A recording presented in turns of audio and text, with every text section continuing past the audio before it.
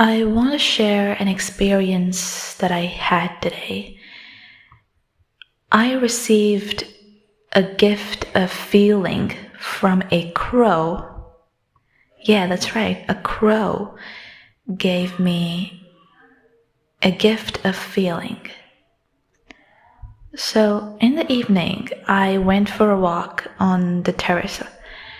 I was walking and I was contemplating on something that I heard in a video that I was watching right before the walk. I don't like to consume content, but when I do, it's usually something that I feel would give me something to contemplate on right before my walk. It was a Rupert Spears video about why God's name is I Am. I watched that and I was like, yeah, you're right. This has cleared the fog in my mind today because I'd been sort of distracted in the day, weekend, and the thoughts in my mind, the consumption, it was all unorganized. So I was feeling jittery inside, and I didn't like that. But as always, a good walk outside in the open sky and nature around, that's the best medicine for any internal turmoil for me. And so I went up there with this food for thought that I had to digest, that I wanted to. And I was thinking, I was also speaking about it, and I was just walking. And there was this crow. It was a flock of birds just flying across the sky, a lot of them, different breeds. But then there was a crow that sat across the building that I was in. It was at the equal length, it was at an equal height to me. And it was cawing constantly. It was cawing and it was sort of disturbing my internal speech. It was cawing constantly, and I looked at it. And then it flew about. It flew about, and it went to the building across on the opposite side now, on the right of my building. And what it did was it started to circle my building from the above. So it was above me and it was circling around me. And I was following it. I was like, wow, it's circling. Why is it going in a loop?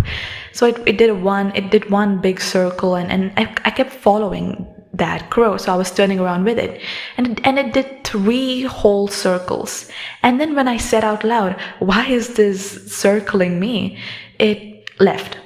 It went the other way. And that made me feel something. And then I spoke to myself. I said, what is this feeling? Like, this is a peak feeling for today, because I didn't feel this feeling the whole day. I was feeling something else constantly. It was neutral feeling, but this was a different feeling that I had because of the crow. I laughed when it was circling. When I said that I recognized it circling, I laughed. I laughed out loud. I was like, wow, this is, it feels wonderful. I felt like, I felt wonder. I was in awe. And that feeling it made me feel special. It made me feel like I'm the one, like I matter. And I thanked it for giving me that gift. That feeling was a gift. And I realized in that moment how a single feeling can speak more than words. And how this crow made me realize the power of a frequency, a single frequency, a single moment, a single feeling. It didn't have to speak to me. It just gave me that feeling by what it did, by who it was, by whatever game it was playing. And in that moment, when I felt that, when I felt sort of special, these little rare experiences that you have, and you're like, oh wow, something special. So it's a memory now, right? And in that moment, I felt like I was that bird as well. I didn't feel any separation. I was just in this state of wonder, right? And I realized every moment can be a moment of wonder, but we obscure it. We put a veil on it, on that bird. We put that bird in us inside a cage because we have to, and then we carry that bird in a cage with us. And we walk around like men in suits going to the office. All day long we do that. That moment allowed me to open that cage and let the bird be free, and then somehow I became that bird. And I was flying free, and then I felt a key in my hand. In that very moment I had this vision of a huge bronze golden key. I felt it in my hand. I imagined and I sensed it, and I was like, oh, I have the key to my freedom. I am the only one who has the key to free myself. I am the only one who can lock myself up and free myself. I had authorship. All of us do. We have authorship. That is a really incredible gift that we have. What do I mean by authorship? I mean the authority to be the sole creator of your life or your reality or yourself. That is authorship. And then I started to ask myself questions based on that video that I watched before. I started to ask myself questions like, at first I had to understand what God was, right? Because that was a video. The video was, why is God's name I am? And first I had to observe a God. I had to bring to my awareness a God that exists. And this quote came to my mind: to God all things are possible. And my mind started to connect things, and it was like, yeah, of course this world was created by God. God is the creator of this world and all that. And then it started to link more, and then it was like, but this whole world is actually just an expression of God. And what God is consciousness itself. So this whole world is the expression, the natural, spontaneous expression of that consciousness. It is only one being. It is pure. It is only one being. It is, you can't even describe it, honestly. It's unthinkable. It has no form or name, or it's beyond all things, beyond all space, beyond all time, beyond all matter. And all things here is just, it's within that. It is within. And it is not independent of that. Nothing in this world can be independent of consciousness. Nothing in this world can be independent. We are God is actually a true statement. Because nothing can be independent of God. God meaning consciousness. And I created this equation, right? God equals consciousness equals true self equals one and only reality equals imagination equals I am. They're all the same thing. We give it names, we give it different layers and levels and variations, but they're all just, it's all from one thing, one source. I realized, okay, this exists, this is that space. And I was like, but it's even beyond space. Okay, if it's beyond space, then how can it be beyond space? And it must be the awareness. Awareness doesn't know. When we think about space, we give it this form. We give it a form of space. But awareness, we cannot give any image to awareness. We can't. So I was like, okay, awareness must be beyond all of this. And then I asked, okay, but what is aware of this awareness, or who is knowing? What is knowing this field itself? This field and the knower of this field are one. The awareness and the one being aware of this awareness is one. God is. God is. I am. And I realized I am is certainly a higher truth, the highest truth.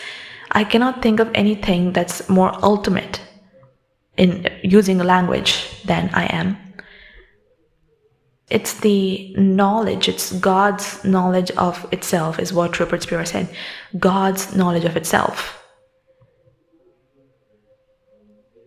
And where's this knowing happening? It's happening here. By here, I don't mean the place, but here as in the now, beyond. It's like here as in not the space or the time, beyond space and time here. It's happening in awareness. Nothing can be independent of awareness. And I realized when I live my day, right? Now this was because I was doing my walk, so everything is clear, my mind is clear, I am clear, I'm open. It's beautiful. I'm no longer just a vessel. I am the ocean. I am the sky. Now I realized how this never leaves me. It never left me. It's never gone. Throughout my day, throughout my years, I can think of a memory and I'm like, okay, all of that feels like a dream. This whole life feels like a dream. Like it's just a play. But this awareness feels truer than anything because it was never born. Think about it. I am is never born and it never dies. It can never die because it was never born. It was never constructed, so it can never be destroyed. It simply is, which is why I say God is. But that's not the higher truth. It's I am is a higher truth. I wanted to maintain that awareness even while I'm living as this person. When I think about it, this person doesn't actually exist. It's just a configuration, a very unique configuration, a finite, time-streamed process is what this person is.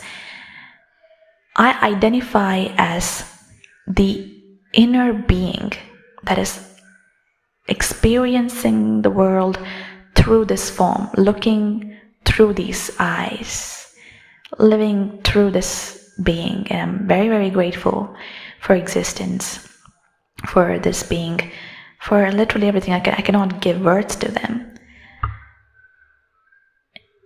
You know, whenever I'm in my natural, most pure state, when I'm just being myself, I realize how human beings naturally are good, naturally are truthful, beautiful and kind and giving and auspicious.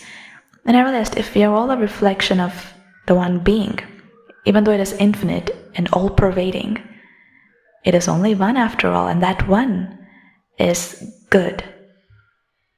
And we are a reflection of that. This world is an expression of that one good being.